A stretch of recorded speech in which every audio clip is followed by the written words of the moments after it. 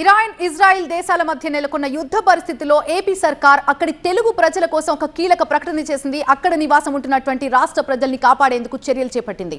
అక్కడుంటున్న రాష్ట్ర వాసులు ఆందోళన చెందాల్సిన అవసరం లేదని తెలిపింది రాష్ట్ర ప్రభుత్వం.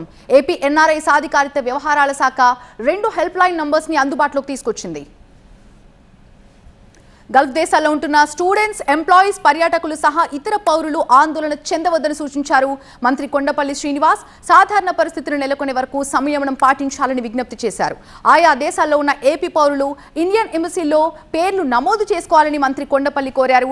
సరైన సమాచారం తెలుసుకొని ఎప్పటికప్పుడు ఇండియన్ ఎంబసీలకి అందుబాటులో ఉండాలని సూచించారు. ఆంధ్రప్రదేశ్ ప్రభుత్వం విదేశాంగ శాఖతో సంప్రదింపులు జరుపుతోందని, రాష్ట్ర పౌరులందరికీ చర్యలు తీసుకుంటుందని చెప్పారు. అత్యవసర పరిస్థితుల్లో AP NRT help line numbers 8500027678, అలాగే ఇంకో నెంబర్ కూడా ఉంది 0863234067 నంబర్స్కి ఫోన్ చేయాలని, మరింత సమాచారం కోసం ఏపీ ఎన్ఆర్టీఎస్ వెబ్సైట్ని కూడా సందర్శించాలని మంత్రి ప్రకటించారు. ఇరాన్ వార్ నిమిత్తమై గల్ఫ్ ఏరియాలో కొంచెం ఆందోళన జరుగుతుంది. ప్రధానంగా వార్ సిచ్యువేషన్ ఏదైతే అక్కడ గత కొన్ని రోజులుగా జరుగుతున్న విషయం మీద గౌరవ ముఖ్యమంత్రి గారు ఎప్పటికప్పుడు మినిస్టర్ ఆఫ్ ఎక్స్టర్నల్ అఫైర్స్తో మాట్లాడుతూ, అలాగే ఏపీ భవన్ని దగ్గర క్లోజ్గా మానిటర్ చేయమని చెప్పడం జరిగింది. అలాగే AP Bhavan and APNRT Andhra Pradesh non resident Telugu society వాళ్ళు కూడా దగ్గరగా క్లోజ్డ్గా తెలుగు ఎన్ఆర్ఐస్ ఎక్కడెక్కడ గల్ఫ్ ఏరియాలో ఉన్నారో వాళ్ళందరినీ కూడా క్లోజ్గా మానిటర్ చేయడం జరుగుతూ ఉంది. ప్రధానంగా ఏపీ భవన్ అండ్ ఏపీఎన్ఆర్టీ ఇద్దరూ కూడా క్లోజ్ మానిటరింగ్లో తెలుగువారు ఎక్కడైనా స్ట్రక్ అవుతే ఒక టోల్ ఫ్రీ నెంబర్ ఇచ్చి ఆ టోల్ ఫ్రీ నెంబర్కి కాల్ చేస్తే ఇమీడియట్ సపోర్ట్ వచ్చే మెకానిజం అయితే ఎస్టాబ్లిష్ చేశాము. AP Bhavan toll free number 9871999430. వాళ్ళలో కూడా ప్రతి కంట్రీలో కూడా మన తెలుగు కోఆర్డినేటర్స్ ఎవరైతే తెలుగు రాష్ట్రానికి కోఆర్డినేటర్స్గా ఎంపిక చేసి వాళ్ళతో కూడా ప్రత్యేకించి అక్కడ లోకల్గా ఉన్నటువంటి సమస్యల్ని వెలుగులో తీసుకొచ్చి వెంటనే అడ్రస్ చేయడానికి కూడా కార్యాచరణ చేయడం జరిగింది.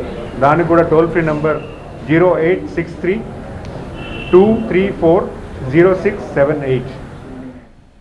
ఏపీ సర్కార్ ఎన్ఆర్ఐస్ కోసం ఒక కీలక ప్రకటన చేసింది. దీనికి సంబంధించి పూర్తి అప్డేట్స్ అందించడానికి మా అసోసియేట్ ఎడిటర్ ఈశ్వర్ లైవ్ లో సిద్ధంగా ఉన్నారు. ఈశ్వర్, గవర్నమెంట్ ప్రకటన చేసింది, అంతేకాదు హెల్ప్ లైన్ నంబర్స్ ని కూడా ప్రకటించింది. మరి మినిట్ టు మినిట్ ఏ విధంగా వాళ్ళు కోఆర్డినేట్ చేసే అవకాశాలు ఉన్నాయి?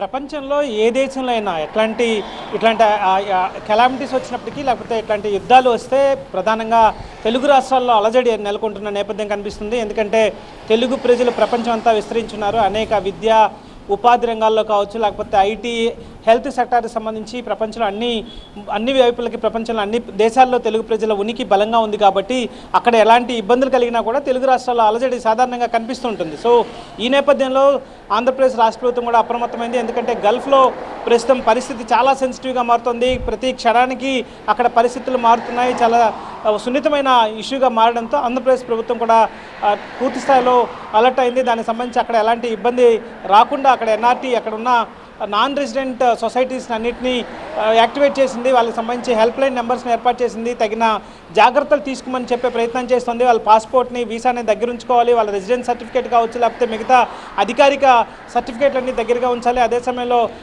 పుకార్లు, సోషల్ మీడియాలో వచ్చే పుకార్లు నమ్మకుండా స్థానిక ప్రభుత్వాలు ఇచ్చే అలర్ట్స్ పట్ల ఎప్పటికప్పుడు పూర్తి స్థాయిలో వాటిని నమ్ముకొని ముందుకు వెళ్లాల్సిన అవసరాన్ని గట్టిగా చెప్పే ప్రయత్నం చేస్తుంది. ఎందుకంటే ప్రధానంగా యునైటెడ్ అరబ్ ఎమిరేట్స్లో కావచ్చు, లేకపోతే అక్కడ సౌదీ అరేబియాలో కావచ్చు, ఒమన్, ఖతార్ లాంటి, కువైట్ లాంటి దేశాల్లో ఆంధ్రప్రదేశ్కి సంబంధించిన వాళ్ళు, తెలంగాణకు సంబంధించిన వాళ్ళు చాలామంది ఉంటారు.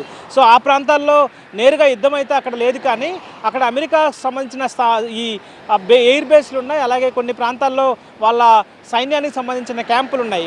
అక్కడ ఉన్న వాళ్ళకి వాటి చుట్టూ ఉన్న ప్రాంతాల్లో కొంత అలజడి నెలకొనే పరిస్థితి ఉన్న నేపథ్యంలో ఒకవేళ అక్కడ ఏదైనా ఇబ్బందికరమైన వాతావరణం వస్తే అక్కడ ఆ ప్రాంతాల్లో ఇరాన్ దృష్టి సారిస్తున్న నేపథ్యం కనిపిస్తోంది. కాబట్టి ఎందుకంటే ఇరాన్ కూడా చాలా బలంగా ప్రతిఘటిస్తోంది. ఇజ్రాయెల్కి సంబంధించి కావచ్చు, లేకపోతే ఇజ్రాయెల్కి సపోర్ట్ చేస్తున్న మిత్ర దేశాలుగా చెప్పుకున్న యూఏఈకి సంబంధించి కావచ్చు, లేకపోతే సౌదీ అరేబియా లాంటి దేశాల్లో వాళ్ళ ఎయిర్ బేస్లను దెబ్బతీసే ప్రయత్నాన్ని పూర్తి స్థాయిలో చేస్తోంది. వాళ్ళ సైనిక స్థావరాలను మట్టుబెట్టే ప్రయత్నం చేస్తోంది. ఆ సైనిక స్థావరాల చుట్టూ, ఆ ఎయిర్ బేసుల చుట్టూ తెలుగు ప్రజలు ఉన్న నేపథ్యంలో అక్కడ అప్రమత్తంగా ఉండాలి, వీలైతే వాటికి దూరంగా వెళ్లే ప్రయత్నాన్ని చేయాలని చెప్పే ప్రయత్నాన్ని ఆంధ్రప్రదేశ్ చేస్తోంది.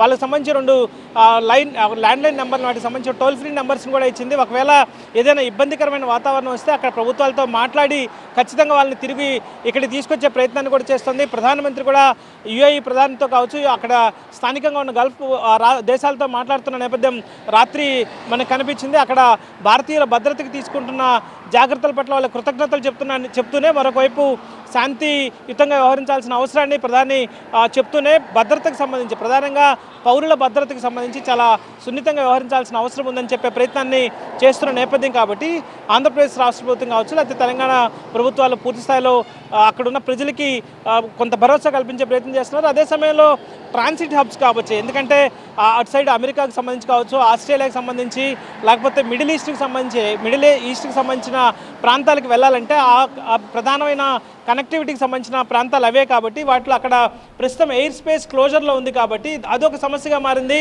అక్కడ చాలామంది తెలంగాణ మంత్రితో పాటు మన పివి సింధుతో పాటు చాలామంది తెలుగు ప్రజలు కూడా అక్కడ ప్రస్తుతం ఆ ట్రాన్సిట్ హబ్లో ఇరుక్కుపోయి ఉన్న నేపథ్యం కాబట్టి వాళ్ళ రక్షణకు సంబంధించి కూడా ఆంధ్రప్రదేశ్ ప్రభుత్వం చర్యలు తీసుకుంటున్న నేపథ్యం అయితే కనిపిస్తుంది.